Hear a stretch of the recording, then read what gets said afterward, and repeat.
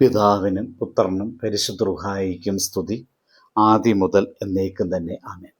ഇന്ന് മെയ് 19 ചൊവ്വാഴ്ച.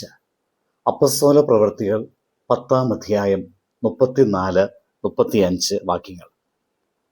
അപ്പോൾ പത്രോസ് വായു തുറന്നു പറഞ്ഞു തുടങ്ങിയത്, ദൈവത്തിന് മുഖപക്ഷമില്ല എന്നും ഏത് ജാതിയിലും അവനെ ഭയപ്പെട്ട് നീതി പ്രവർത്തിക്കുന്നവനെ അവൻ അംഗീകരിക്കുന്നുവെന്നും ഞാനിപ്പോൾ യഥാർത്ഥമായി ഗ്രഹിക്കുന്നു. പത്രോസ് പറഞ്ഞതായ ഈ വചനത്തിൻ്റെ പശ്ചാത്തലം വളരെ പ്രധാനപ്പെട്ടതാണ്. പത്രോസ് ഒരു യഹൂദനായിരുന്നു. അന്നത്തെ യഹൂദന്മാർ അന്യജാതിക്കാരുമായി ഇടപെടാൻ മടിച്ചിരുന്നു. എന്നാൽ ദൈവം പത്രോസിന് ഒരു ദർശനം നൽകി. അതിനുശേഷം അവൻ കൊർന്നേലിയോസിൻ്റെ ഭവനത്തിലേക്ക് പോകുന്നു.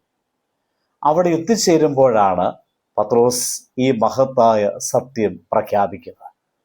ദൈവം ആരെയും ജാതി, വർഗം, പദവി, സമ്പത്ത് എന്നിവയുടെ അടിസ്ഥാനത്തിൽ വേർതിരിക്കുന്നില്ല എന്നത്. ഇന്നത്തെ സന്ദേശത്തിൻ്റെ മുഖ്യ ആശയം എന്നത് ദൈവത്തിൻ്റെ സ്നേഹത്തിനും രക്ഷയ്ക്കും എല്ലാവർക്കും ഒരേ വാതിലാണ് എന്നത്. മനുഷ്യർ പലപ്പോഴും ബാഹ്യമായുള്ള കാര്യങ്ങൾ നോക്കിയാണ് മറ്റുള്ളവരെ വിലയിരുത്തുന്നത്. വിദ്യാഭ്യാസം, സാമ്പത്തിക സ്ഥിതി, കുടുംബ പശ്ചാത്തലം, ഭാഷ, നിറം ഇതെല്ലാം നോക്കി മനുഷ്യൻ വിധിക്കും. പക്ഷെ ദൈവം ഹൃദയത്തെ നോക്കും. മനുഷ്യർ മതിലുകൾ പണിയുമ്പോൾ ദൈവം വാതിലുകൾ തുറക്കും. പത്രോസ് ഈ സത്യം മനസ്സിലാക്കിയപ്പോൾ സഭയുടെ ചരിത്രത്തിൽ വലിയ മാറ്റം സംഭവിച്ചു. സുവിശേഷം യഹൂദന്മാർക്ക് മാത്രമല്ല, ലോകമെമ്പാടുമുള്ള എല്ലാവർക്കും ഉള്ളതാണ് എന്ന് വ്യക്തമായി. അതുകൊണ്ട് ഇന്നും എല്ലാവർക്കും യേശുക്രിസ്തുവിൻ്റെ സ്നേഹം അനുഭവിക്കുവാൻ സാധിക്കുന്നു എന്ന ബോധ്യം നമുക്കുണ്ടാകും. ഈ വചനം നമ്മെ രണ്ട് കാര്യങ്ങൾ പഠിപ്പിക്കും. ഒന്നാമതായി, ദൈവം മുഖപക്ഷമില്ലാത്തവനാണ് എന്നത്. നമ്മുടെ ജീവിതത്തിൽ നാം മറ്റുള്ളവരെ എങ്ങനെ കാണുന്നു എന്ന് പരിശോധിക്കണം. ചിലപ്പോൾ നാം അറിയാതെ തന്നെ ആളുകളെ വേർതിരിക്കാം. സമ്പന്നരോട് ആദരവ് കാണിക്കുന്നു, ദരിദ്രരെ അവഗണിക്കാം. എന്നാൽ ദൈവം അങ്ങനെ കാണുന്നില്ല. രണ്ടാമതായി, ദൈവത്തെ ഭയപ്പെട്ട് നീതി പ്രവർത്തിക്കുന്നവനെ ദൈവം അംഗീകരിക്കുന്നു എന്ന് കാണും. ഇവിടെ ദൈവത്തെ ഭയപ്പെടുക എന്നത് ദൈവത്തെ ഭയന്നോടുക എന്നല്ല, ദൈവത്തെ ആദരിക്കുക എന്നതാണ്.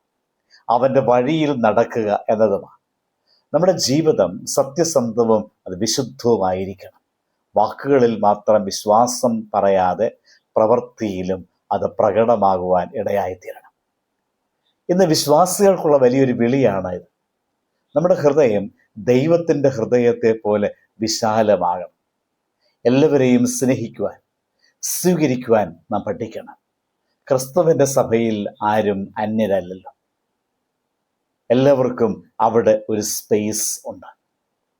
നമ്മുടെ ജീവിതത്തിൽ ചിലപ്പോൾ നമ്മെ താഴ്ന്നവരായി കണക്കാക്കുന്നവരുണ്ടായേക്കാം. എന്നാൽ ഓർക്കുക, മനുഷ്യൻ തള്ളിയവനെ ദൈവം ഏറ്റെടുക്കും. ലോകം നിരസിച്ചവരെ ദൈവം ഉപയോഗിക്കും. അതുകൊണ്ട് ഞാൻ അയോഗ്യൻ എന്ന് ആരും കരുതരുത്. കാരണം ദൈവത്തിൻ്റെ കൃപ നമ്മിലൊക്കെ ഉണ്ട്. ഇന്നത്തെ സന്ദേശം ഇതാണ്: ദൈവത്തിൻ്റെ സ്നേഹത്തിന് അതിരുകളില്ല, ദൈവത്തിൻ്റെ കൃപയ്ക്ക് വേർതിരിവില്ല. അതുകൊണ്ട് നമുക്ക് തീരുമാനിക്കാം, വേർതിരിവുകളില്ലാതെ എല്ലാവരെയും സ്നേഹിക്കുവാൻ, ദൈവഭയത്തോടും നീതിയോടും കൂടെ ജീവിക്കുവാൻ നമുക്ക് ശ്രമിക്കാം. പ്രാർത്ഥിക്കാം. കർത്താവേ, മുഖപക്ഷമില്ലാത്ത സ്നേഹത്തിൻ്റെ ദൈവമേ, ഞങ്ങൾ നിനക്ക് നന്ദി പറയുന്നു. എല്ലാവരെയും ഒരുപോലെ സ്നേഹിക്കുന്ന നിൻ്റെ ഹൃദയം ഞങ്ങൾക്ക് തരണമേ. ജാതി, സ്ഥാനം, സമ്പത്ത് ഇവ നോക്കാതെ എല്ലാവരെയും സ്വീകരിക്കുവാനും സ്നേഹിക്കുവാനും ഞങ്ങളെ പഠിപ്പിക്കണമേ. ദൈവഭയത്തോടും നീതിയോടുകൂടെ ജീവിപ്പാൻ ഞങ്ങളെ സഹായിക്കണമേ. ഞങ്ങളുടെ ജീവിതം നിനക്ക് പ്രസാദകരമായി തീരണമേ. ആമേൻ. ദൈവം അനുഗ്രഹിക്കട്ടെ.